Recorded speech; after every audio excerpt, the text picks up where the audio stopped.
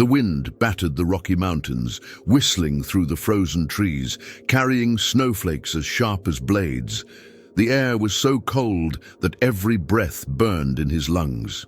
Even so, Daniel Carter continued his climb, his fingers stiff inside his thick gloves, his face protected by a thermal mask.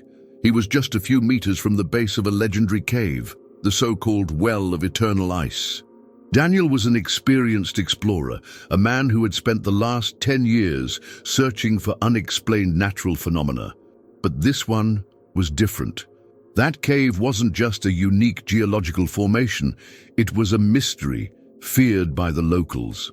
In the small town of Silverton, Colorado, the legend had been told for generations. They said that inside that cave, the cold was more bitter than anywhere else on Earth. But it wasn't just the cold. People talked about whispers in the wind, impossible footprints in the ice, and bluish figures watching from within the darkness. And before we continue with this intriguing story, don't forget to subscribe to the channel and leave a like. This helps us bring you more content like this. Now let's get back to the story. Daniel always believed that the best stories came from popular exaggerations. He was there to discover the scientific truth behind the phenomenon. If this place is so dangerous, how come you're still alive to tell the story? He asked Edgar Holt, the guide who accompanied him.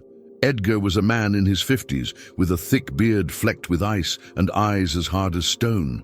Born and bred in the region, he knew the mountains better than anyone, and unlike Daniel, he didn't want to be there.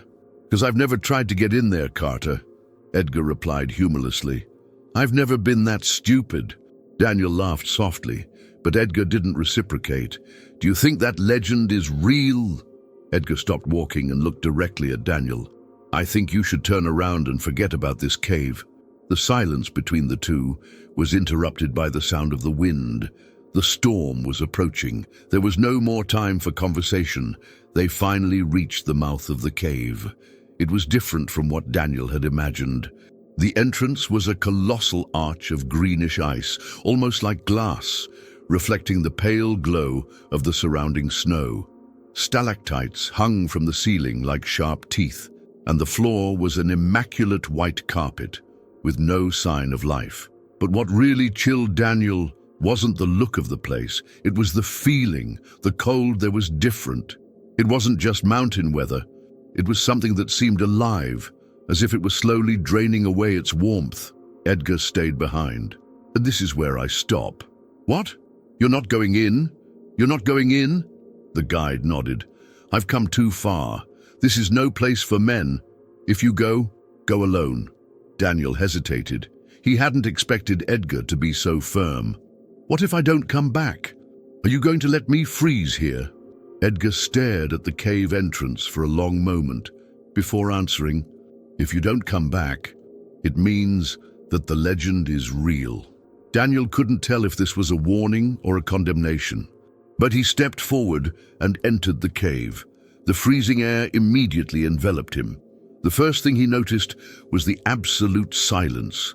Inside, the wind was gone, as if it had been cut off by an invisible barrier. The only sound was the echo of his own footsteps on the ice. He lit the lantern and moved forward slowly, each movement making the cold seem even more intense. The light reflected off the frozen walls, revealing strange shadows dancing across the surfaces.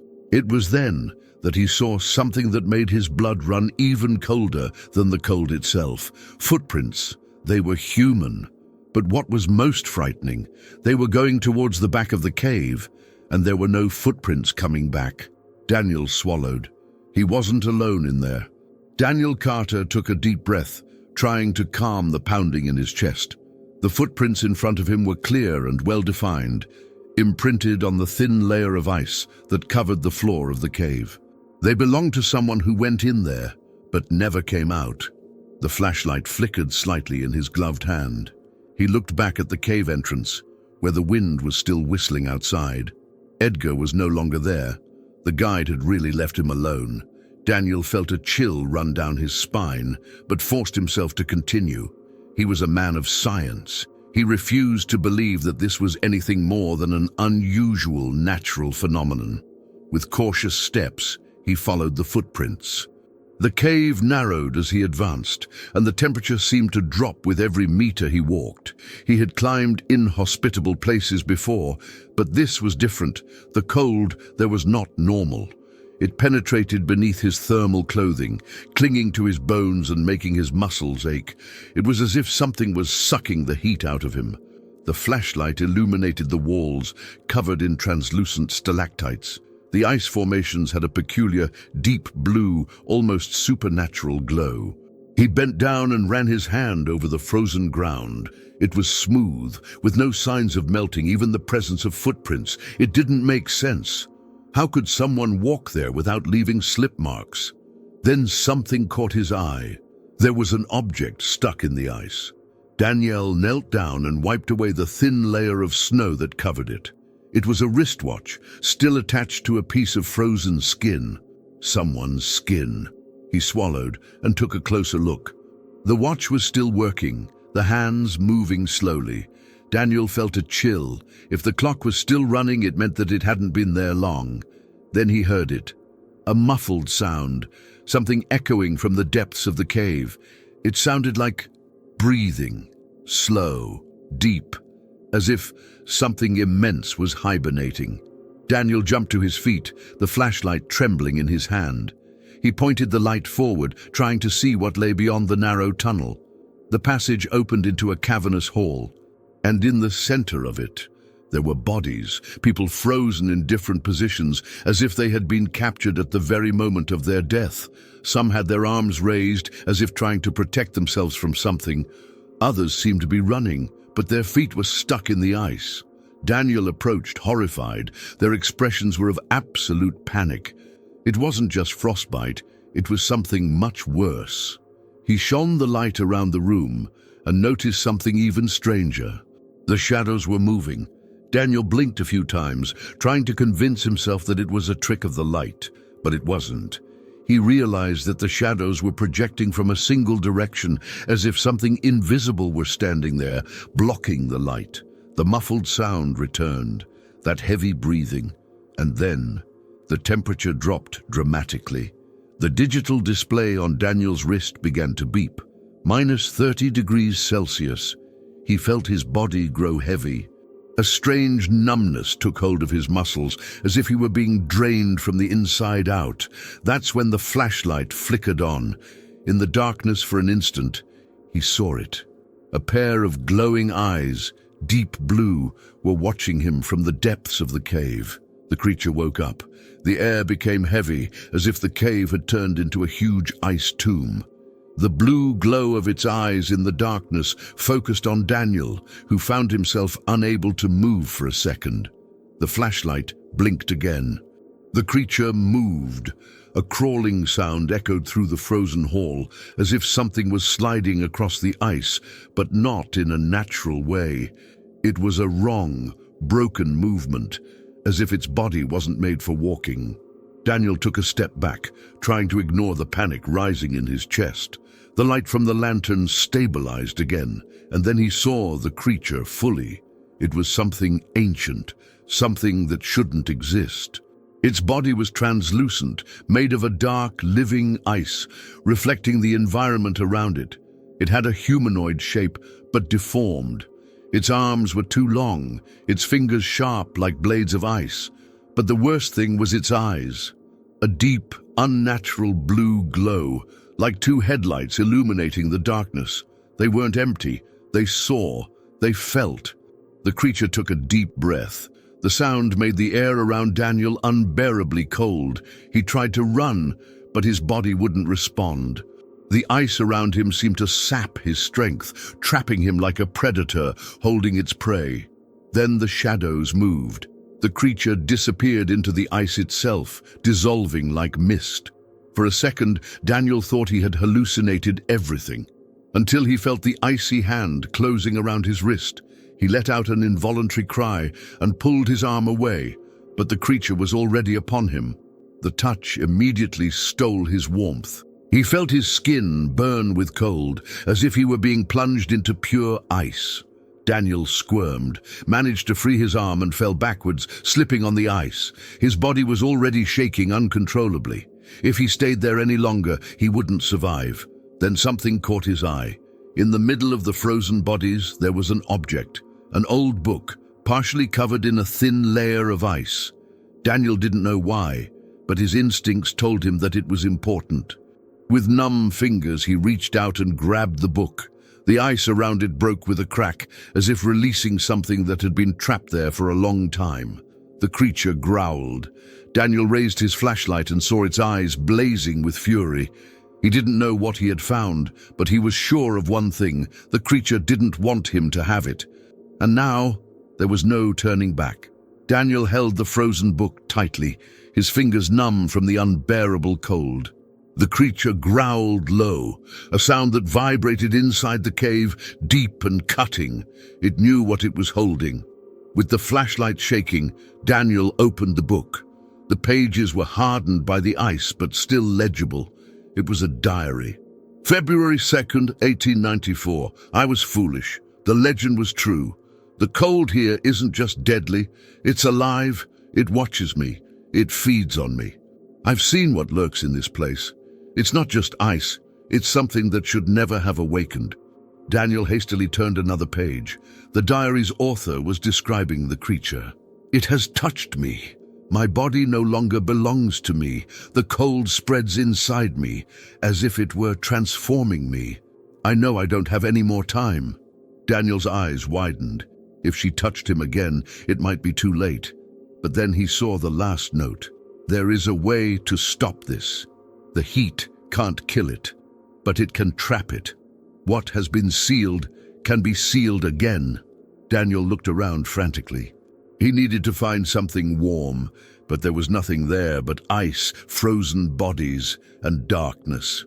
The creature moved again, dissolving into the ice and reappearing closer. Daniel realized that there was no more time to think. He had to act. With a quick movement, he pulled a lighter and a small portable torch out of his backpack, basic items for any explorer, but he knew that a flame wouldn't be enough. He would need something bigger. He looked around, then saw something in the journal that made his heart soar.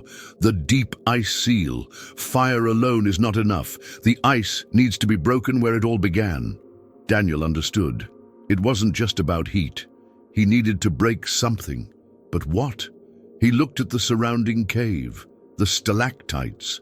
The ceiling of the cave was covered in them. They were huge, sharp formations, weighing tons.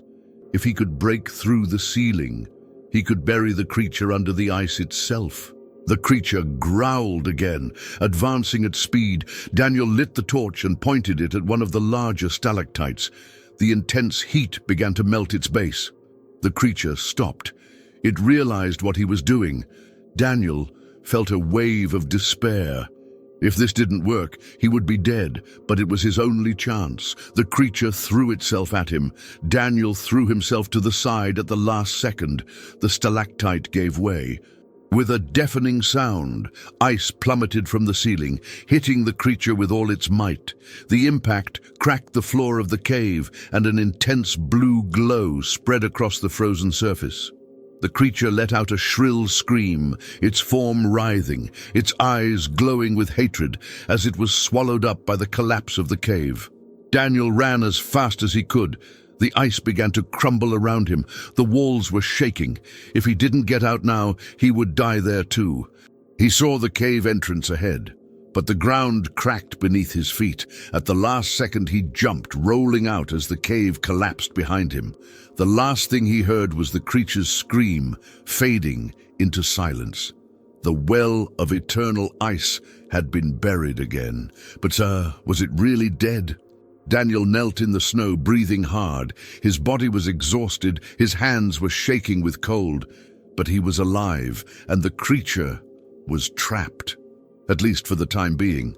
The silence was absolute. The entrance to the cave, which had once pulsed with that unnatural cold, was now sealed by ice and rubble. Daniel fell to his knees in the snow, his body exhausted, his chest burning with every hard breath. He had made it. But then, the ground beneath him shook. Daniel turned around instantly, his eyes wide. The ice over the cave's debris cracked slightly, emitting a muffled, ominous sound. He gripped the torch tightly. No, this can't be happening. The creature was still alive. A faint blue glow began to emerge from between the cracks in the fallen ice. It was a ghostly, pulsating light, as if something was regenerating inside. The 1894 diary didn't lie. The creature couldn't be killed, only imprisoned. Daniel felt a mixture of panic and exhaustion. If it escaped, there would be no second chance. He had to seal it for good. With trembling hands, he rummaged through his backpack and found one last resource: emergency dynamite. He always carried some light explosive charges for extreme cases during cave explorations, but he never thought he'd actually need to use it. Daniel worked as fast as he could, his hands numb from the cold. He stuck the explosives into the cracks in the ice, exactly where the blue light pulsed. With one last look at the wreckage, he muttered, "You've been trapped before, and you will be again." He lit the fuse and ran. 5 seconds. The ice beneath him shuddered harder. 4. The blue light became more intense. 3. Something moved under the ice. 2. The ground began to crack violently. 1. The explosion shook the entire mountain. The ice shattered in a deafening crash. A colossal pillar of snow and smoke rose into the sky, and everything around was engulfed in a blinding white glow. Then silence. Daniel lay in the snow, shielding his face from the impact. When he finally looked back, the well of eternal ice had disappeared. The cave had been completely buried by a massive avalanche. No blue light shone anymore, no shadows moved on the ice, nothing at all. The creature had been buried in layers and layers of ice and stone, this time forever. Or so he hoped. The air was still. No biting wind, no ominous whistling from the depths of the ice. For the first time since he had set foot on that mountain, Daniel felt that the place was quiet. He sat down in the snow, his body still trembling. The cold was still intense, but it wasn't the same cold as before. It wasn't the one that seemed alive, draining his heat, trying to devour him from the inside out. The eternal ice well had been sealed again. After minutes of trying to control his breathing, Daniel forced his tired body to stand up. The mist from the explosion still hung over the wreckage, but the blue glow was no longer there. He grabbed his flashlight and shone it up the mountainside, looking for a way back to the city. His muscles were stiff, his mind still struggling to process everything that had happened. He had survived, but had he really won? Daniel knew it wasn't a definitive victory. The creature had been trapped before, and someone always ends up going too far. He thought of the footprints he had found in the cave. How many others had gone there before him? How many had disappeared without anyone knowing? If he told what he had experienced, would anyone believe him? He took a deep breath, swallowing the pain and tiredness. The important thing was that he was still alive. Then he heard a noise coming from behind him. Daniel froze. He slowly turned around. The torchlight swept over the frozen rubble. Nothing. The mountain was still, but something inside him told him it wasn't the end. He closed his eyes for a moment and, before continuing his descent, muttered softly to himself, "Stay buried." And then he began the walk back to civilization. He would never return to that mountain, but he knew that one day someone would. And when that happened, the creature would be waiting. 6 months later, Daniel Carter was sitting alone in a cafe in Denver, Colorado, holding a mug of hot coffee in his hands. Winter had passed, but the cold of that mountain never really left him. He had been trying to lead a normal life ever since he had returned from Silverton, but something inside him had changed forever. In front of him, on the table, was his laptop. The screen displayed an open text file, "The Well of Eternal Ice, Report of an Expedition." He had written it all down, every detail, but he didn't publish it, because he knew the truth. If the story got out, someone would want to go back there. and that couldn't happen. He closed his laptop and looked out of the window. The sky was clear, not a cloud laden with snow, no biting wind blowing invisible wails. But the restlessness wouldn't leave him. Daniel opened his jacket pocket and took out a small object that he had kept since that day. It was the wristwatch he had found inside the cave. The glass was cracked, the bracelet stiff from the cold, but the hands were still moving. After 6 months, he felt a shiver run up his spine. This didn't make sense. No battery should last that long, especially after being frozen for years. His chest heaved. Time in there didn't flow like it did in the rest of the world. He pressed the clock in his palm, and for a second he felt something strange in the air, an icy breath coming from nowhere. Daniel's breath caught in his throat. The reflection in the cafe window seemed to flicker slightly, a bluish shadow. For just a second, he turned suddenly, but he saw nothing. The cafe was normal. People chatting, laughter, the smell of hot coffee in the air. But Daniel knew, he knew that the creature still existed. It could be buried under tons of ice, but something deep down told him that one day it would return. And when it did, who would be there to stop it? Daniel Carter didn't know the answer, but one thing was certain. The creature never dies. What did you think of this outcome? Leave your opinion in the comments. We'd love to know what you think. And don't forget to subscribe to the channel and leave your like to support our work. See you in the next video.